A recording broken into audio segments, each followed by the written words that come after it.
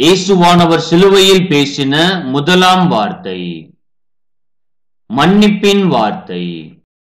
தந்தையே, இவர்களை மன்னியும், ஏனெனில் தாங்கள் செய்வது என்னவென்று இவர்களுக்கு தெரியவில்லை. இயேசு யாரை மன்னிக்க வேண்டுதல் செய்தார்? 1. சிலுவையில் அறைந்தவர்களை மன்னிக்க வேண்டுதல் செய்தார். 2.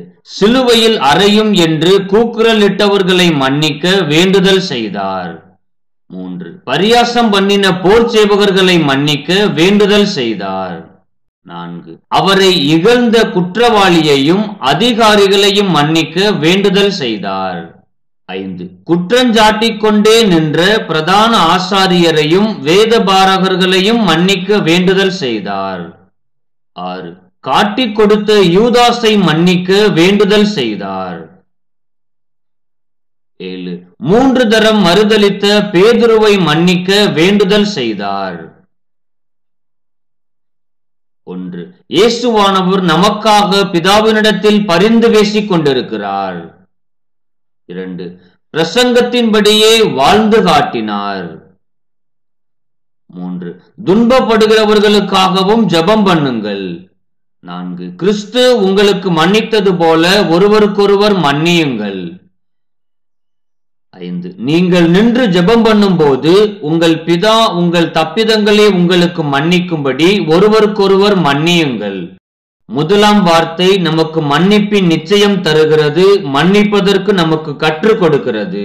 முதல் வார்த்தை, பிதாவே, இவர்களுக்கு மன்னியும், தாங்கள் செய்கிறது இன்னதென்று அறியாதிருக்கிறார்களே. 1. எல்லாருக்கும் மன்னிப்பு வழங்க செய்யப்பட்ட பரிந்துரை மன்றாட்டு. இன்றும் பரலோகத்தில் இந்த மன்றாட்டு ஏறெடுக்கப்படுகிறது. 2. எல்லா பாவங்களையும் மன்னிக்கும்படி செய்யப்பட்ட பரிந்துரை மன்றாட்டு. இயேசுவின் போதனை இப்படித்தான் இருந்தது. 3. எல்லா காலங்களின் பாவங்களையும் மன்னிக்கும்படி செய்யப்பட்ட பரிந்துரை மன்றாட்டு. இந்த மன்றாட்டை கிறிஸ்து நேற்றும் இன்றும் நாளையும் ஏறெடுக்கிறவராயிருக்கிறார். இந்த மன்றாட்டு ஜெபம் குறிப்பிட்ட காலத்திற்கு மட்டும் உரியதல்ல. பாவங்களை மன்னிக்கும் கர்த்தர். 1. பாவங்களை தூரமாக விலக்கிவிட்டார். 2. பாவங்களை பின்னாக எறிந்து விட்டார். 3. பாவங்களை மறைவாக புதைத்து விட்டார். ஆண்டவர் தம்முடைய இரத்தத்தினால் நம்முடைய பாவங்களை கழுவி நம்மை புது சிருஷ்டியாய் மாற்றுகிறார். மன்னியுங்கள். 1. சிலுவையில் அறைந்தவர்களை மன்னித்த இயேசு. 2. கல்லெறிந்து கொன்றவர்களை மன்னித்த ஸ்தேவான். 3. குழியில் தள்ளிவிட்டவர்களை மன்னித்த யோசேப்பு.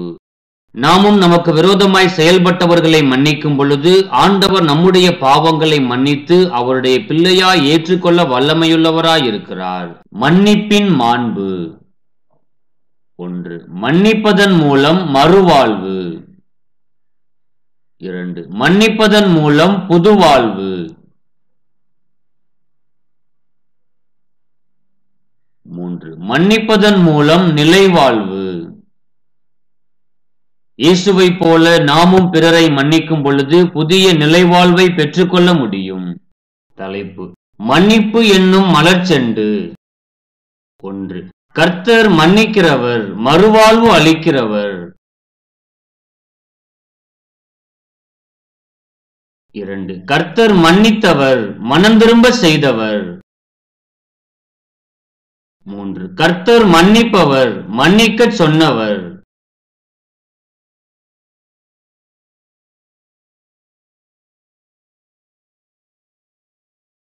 இயேசுவானவர் சிலுவையில் பேசின முதலாம் வார்த்தையை குறித்து அறிந்து கொண்டோம். மற்ற 6 வார்த்தைகளை குறித்து அறிந்து கொள்ள ஸ்கிரீன்ல தெரியுற பிளேலிஸ்ட கிளிக் பண்ணுங்க. இந்த வீடியோ பிடிச்சிருந்தா ஒரு லைக் பண்ணுங்க, உங்க ஃப்ரெண்ட்ஸுக்கு ஷேர் பண்ணுங்க. இந்த வீடியோ குறித்த உங்கள் கருத்துக்களை கமெண்ட் பண்ணுங்க. மேலும் இது போன்ற வேதம் சார்ந்த தகவல்களை அறிந்து கொள்ள ஜீசஸ் டாம் சேனலை சப்ஸ்கிரைப் பண்ணுங்க. ஆண்டவர் தாமே நம்மை ஆசீர்வதிப்பாராக. ஆமென்.